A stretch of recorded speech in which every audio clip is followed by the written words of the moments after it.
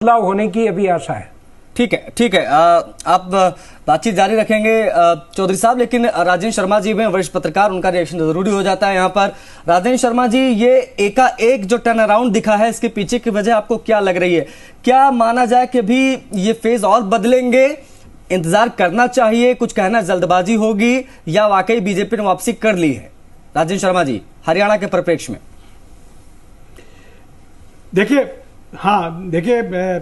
अभी तो खैर जल्दबाजी होगा क्योंकि फाइनल नतीजे आने में टाइम लगेगा, क्योंकि सुबह से अब तक काफी फेरबदल हुआ है।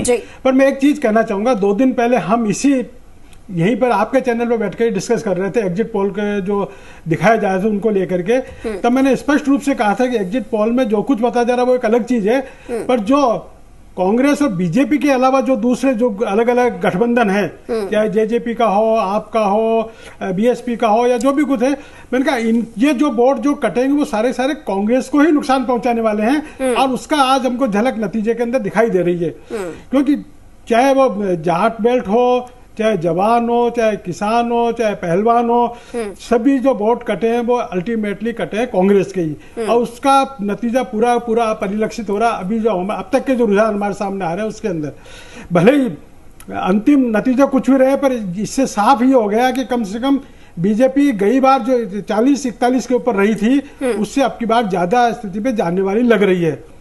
तो हमको ये चीजों को नहीं, मतलब पिछली बार तो राजेंद्र जी, मुझे याद है 19 में पिछली बार जब हम आंकड़े दिखा रहे थे तो जेजेपी फ्रेम में आई थी, एक इनेलो से निकली एक पार्टी दुष्यंत जी की अगुवाई में आगे आती है, 10 सीटें जीत लेती है, और वो 10 सीटें बीजेपी को सरकार बनाने में मदद कर देती हैं।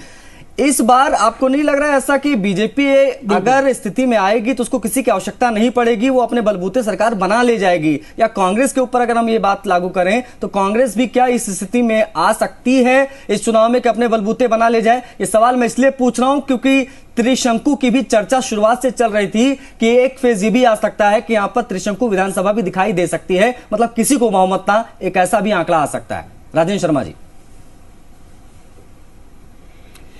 देखिए एग्जिट पोल के जो नतीजे थे, चाहे किसी भी चैनल के हों, वो कहीं पर भी हंग असेंबली की बात नहीं कर रहे थे।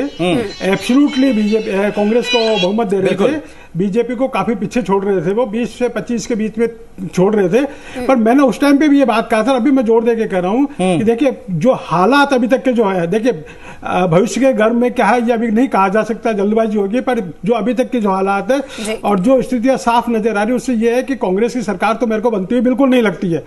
जहां तक सवाल है बीजेपी की, यदि 1-2 कम रही तब भी मेरे को लगता है कि बीजेपी की सरकार ही बनेगी, क्योंकि रुझान बिल्कुल स्पष्ट है। अगर 1-2 कम पड़ेंगे तो निर्दलीय में से आ जाएंगे, क्योंकि आप देखिए कि जो जिसको हम ये मान के चल रहे थे कि कुछ ना कुछ जेजेपी ले जाएगी, कुछ आप वाला गठबंधन ले जाएगा, कुछ बीएसपी वाला गठबंधन ले जाएगा, पर वो तो बिल्कुल साफ हो गए। मुश्किल से उनके पास 5-7-10 सीटें के हैरानी इस बात को लेकर हो रही है राजेंद्र शर्मा जी।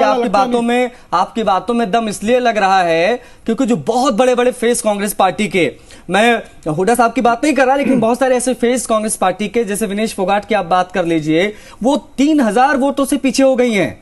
अब विधानसभा चुनाव में जुलाना की सीट जहां पर 15 राउंड की गिनती होनी है, 4 राउंड हो गए हैं, 4 राउंड में अगर 3000 वोटों का इतना बड़ा अंतर दिखाई दे रहा हो, भी विनेश फोगाट जैसा चेहरा, तो मुझे लगता है कि बहुत ज्यादा चिंता का विषय है कांग्रेस पार्टी के लिए। बहुत सारी ऐसी जगह जहां पर बीएसपी नंबर 2 है, नंबर 3 पर है कांग्रेस, ये स्थिति भी हमने देखी है, बहुत सारी ऐसी सीटें, लेकिन ये 3-4 राउंड की बात मैं कर रहा हूं अभी। राजेंद्र शर्मा जी, देखिए अभी 15 राउंड बाकी है, इसलिए अपने को कहना जल्दबाजी होगा, क्योंकि अपन ने सुबह देखे थे 50 से ऊपर जा रही थी कांग्रेस और बीजेपी 20-22 के ऊपर अटक रही थी।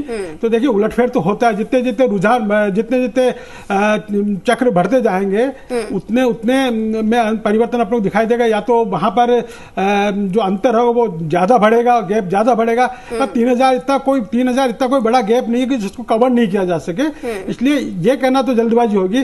पर जो हालात मुझे लग रहे हैं वो मुझे ये लग रहे हैं कि कांग्रेस की सरकार बनना मुश्किल है, बीजेपी की सरकार बन जाएगी। इस पर प्रदीप जी हमारे साथ लगातार बने हुए कांग्रेस के प्रवक्ता है, उनसे हम रिएक्शन लेना चाहेंगे। प्रदीप जी, एक वक्त ऐसा